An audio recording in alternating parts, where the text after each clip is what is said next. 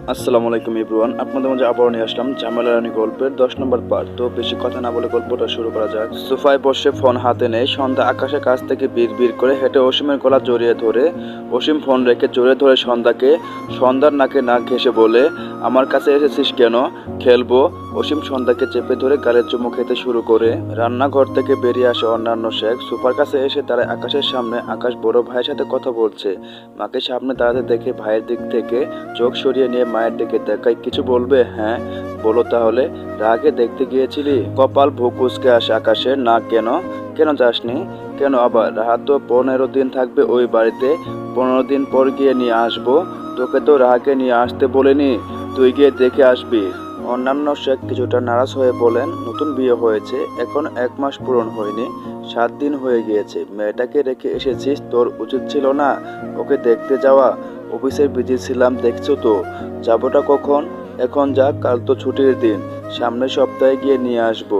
তুই আজকেই যাবি। আকাশ মায়ের দিক থেকে চোখ সরিয়ে ভাইয়ের দিকে তাকায়। সমুদ্র যাওয়ার জন্য বলে। আকাশ আবার মায়ের দিকে তাকায়। তৈরি হয়ে তাড়াতাড়ি যা, খেয়ে যায়। খেতে খেতেই তো রাতে 9টা বেজে যাবে।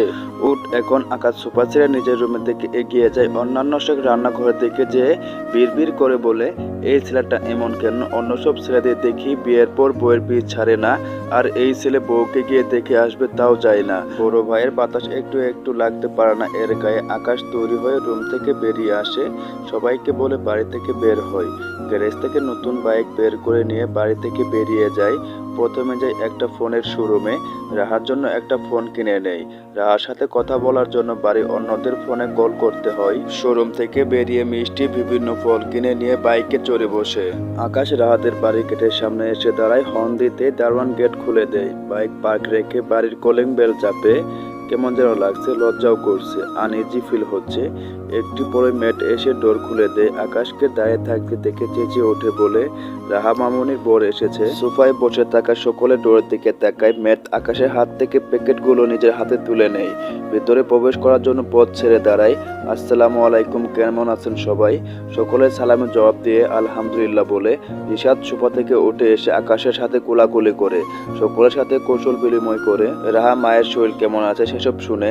আকাশ সোফার দিকে তাকিয়ে দেখে রাহা নেই এখানে। রাহার দাদি আকাশকে রাহার রুমে চলে যেতে বলে। আকাশ সিঁড়ি বেয়ে উপরে উঠে আসে। রাহার রুমে প্রবেশ করে। রুমে কোথাও রাহা নেই। ওয়াশরুমের দিকে তাকিয়ে দেখে ডোর ভেতর থেকে লক করা। রাহা ওয়াশরুমে রয়েছে। রুমের ডোর ভিজিয়ে দিয়ে এসে বেডে বসে রাহার জন্য আনা ফোনটা পাশে রাখে। রাহা ওয়াশরুম থেকে বেরিয়ে বেডের উপর আকাশকে বসে থাকতে দেখে কিছু সময় স্থির হয়ে দাঁড়িয়ে থাকে। ভাবছে এটা ওর কল্পনা নাকি সত্যি। রাহাকে চুপচাপ দাঁড়িয়ে থাকতে দেখে আকাশ বলে, কি হলো, ওভাবে দাঁড়িয়ে আছো কেন? ভালো আছো? রাহা দ্রুত এসে দাঁড়ায় আকাশের সামনে। হাত বাড়িয়ে ছুঁয়ে দিতে বুঝতে পারে আকাশ সত্যি এসেছে। এটা ওর কল্পনা না। খুশি হয়ে জড়িয়ে ধরে আকাশকে। বেকুব বনে যায় আকাশ। রাহা এমন কিছু করবে কল্পনাতেও ছিল না। ও আশাতে রাহা খুশি হয়েছে বুঝতে পারে। নিজেও জড়িয়ে ধরে। অনেকক্ষণ পর রাহা আকাশের বুক থেকে মুখ তুলে তাকায়। ভালো আছো তুমি? আলহামদুলিল্লাহ। তুমি ভালো আছো? তুমি আসবে বললে না তো। সারপ্রাইজ। এতদিন আসলে না কেন? মিস করেছো বুঝি? কতটুকু? অনেক। তুমি তো একবারও বললে না আমাকে আসার জন্য। তোমার তো অফিস ছিল, কালকে তো ছুটি, তুমি জানতে। দুপুরে যখন কথা হলো তখন তো বললে না। তার আগে তো দাদি ফোন করে মাকে বলল তোমাকে যেন পাঠিয়ে দিই বিকালে। আকাশ এখন বুঝতে পারে কেন ওর মা ওকে জোর করে পাঠিয়ে দিল। আকাশেরও ইচ্ছে ছিল আজকে এখানে আসার, কিন্তু সবাই কি ভাববে, কি বলবে। হয়তো ভাববে বউ পাগলা, সেটা ভাবে মত পরিবর্তন করে ফেলেছিল। পাশ থেকে ফোনের প্যাকেটটা রাহার হাতে দেয়। কি দেখো? প্যাকেটটা দেখে রাহা বুঝতে পারে ভেতরে কি থাকতে পারে। ভিতর থেকে ফোনের বক্সটা বের করে খুশি হয়ে আকাশের মুখের দিকে তাকায়। এটা আমার? খুশি হয়ে আবার জড়িয়ে ধরে। তোমাকে অনেক ধন্যবাদ। বক্স খুলো আগে। রাহা আকাশকে ছেড়ে দাঁড়ায়। আকাশের পাশে বসে ফোন আনবক্স করে। ফোন সেট আপ করে সিম কার্ড ভরে দেয় আকাশ। নিজের নাম্বার সেভ করে দেয়। রাহা উল্টে পাল্টে ফোনটা দেখতে শুরু করে। পছন্দ হয়েছে? অনেক সুন্দর, ফোনটা অনেক সুন্দর। রাতের খাবার খাওয়ার জন্য নীলা এসে ডেকে যায় দুজনকে। খাবার খাওয়ার জন্য নিচে নেমে আসে। ডাইনিং টেবিলে বসে চুপচাপ বসে নেই সবাই। একে একে যে যার যার রুমে চলে যায়। আকাশ রাহা দুজনেই রুমে চলে যায়। বেড ঠিকঠাক করে শুয়ে পড়ে দুজনেই। রাহা আকাশের বুকে নিজেকে গুটিয়ে নেয় আদুরে বিড়াল ছানার মতো।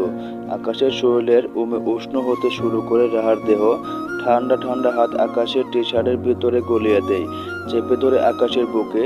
আকাশের পুরো শরীরের লোম খাড়া হয়ে যায় ঠান্ডা হাতের ছোঁয়ায়। তবে বলে না কিছু রাগে। ঠান্ডা লাগছে না তোমার? লাগছে। তাহলে কিছু বলছো না কেন? কি বলবো? হাত ছড়াতে বলবে না? আকাশ রাহার হাত বুক আরো শক্ত করে চেপে ধরে। ঘুমাও। এত তাড়াতাড়ি? তাড়াতাড়ি কোথায়? 9:30 বেজে গিয়েছে। তো কি হয়েছে? ঘুমাবে না? পরে? কত পরে? যখন ঘুম আসবে। আচ্ছা। রাহা কিছু সময় চুপ করে থেকে বলে, তুমি আমাকে আদর করো না কেন? আদর করি না? না। আদর না করলে এখন বুকে নিয়ে শুয়ে আছি, এটা আদর হলো না? হলো না। না। তাহলে আদর কিভাবে করে? চুমু খাই, কোলে নেই? কে বলেছে তোমাকে এসব? আমি দেখেছি কাকে। ভাইয়া ভাবিকে কোলে নিয়েছিল, আবার অনেকগুলো চুমু খেয়েছিল। আকাশ চোখ দুটো বড় বড় করে তাকায়। তুমি এসব কোথায় দেখলে? আমি ছাদে গিয়েছিলাম, তখন দেখেছি। আকাশ রাহাকে বুকে চেপে ধরে বলে, এসব আর কাউকে বলবে না কখনো। ভাইয়া ভাবি যেখানে একা থাকবে তুমি সেখানে যাবে না। কেন? কবে বড় হবে তুমি? কেন বড় হইনি আমি?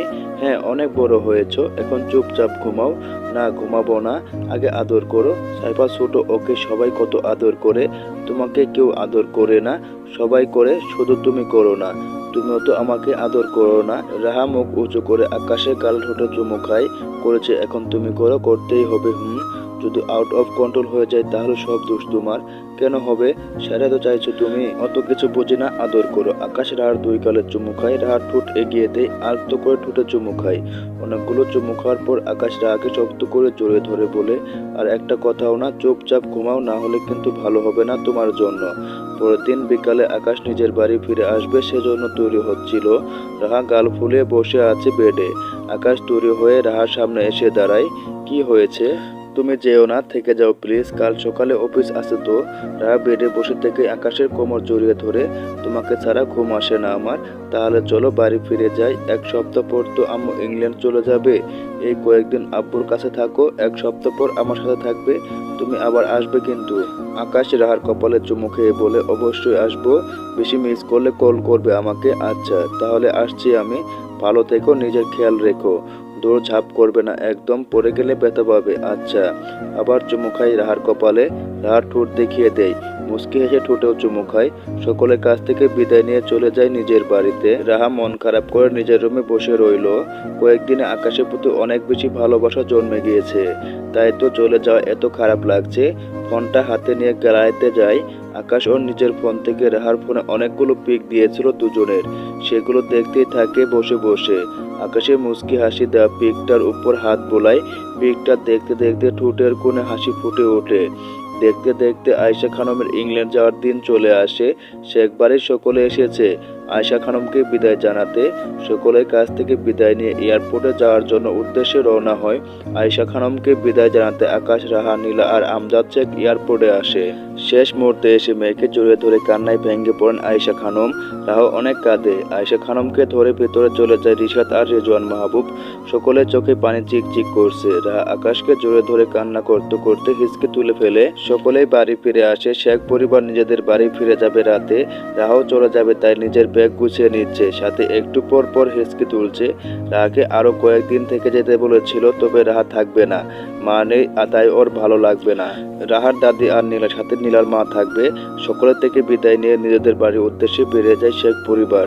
রাতে যেহেতু রাহাতের বাড়ি থেকে খেয়ে এসেছে, তাই কেউ আর খাবার খায় না। যে যার রুমে চলে যায়। আকাশ বেড তৈরি করে দেয় শোয়ার জন্য। রাহা ফ্রেশ হয়ে এসে শুয়ে পড়ে। আকাশ লাইট অফ করে নিজে শুয়ে পড়ে।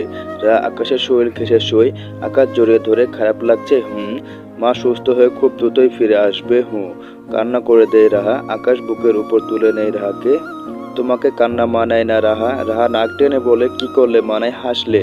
তাহলে আদর করো। আচ্ছা, তুমি কাঁদো, কাঁদতে তোমাকে অনেক সুন্দর দেখায়। আকাশের কথা শুনে রাহা জোরে জোরে কেঁদে ওঠে। আকাশ মাথায় হাত বুলিয়ে দিয়ে বলে, আরো জোরে কাঁদো, চলবে তো। গল্পটা কেমন লাগলো অবশ্যই জানাবেন। আর হ্যাঁ বন্ধুরা, আপনারা অবশ্যই একটা করে লাইক, কমেন্ট আর সাবস্ক্রাইব করে দিবেন। সবাইকে ধন্যবাদ।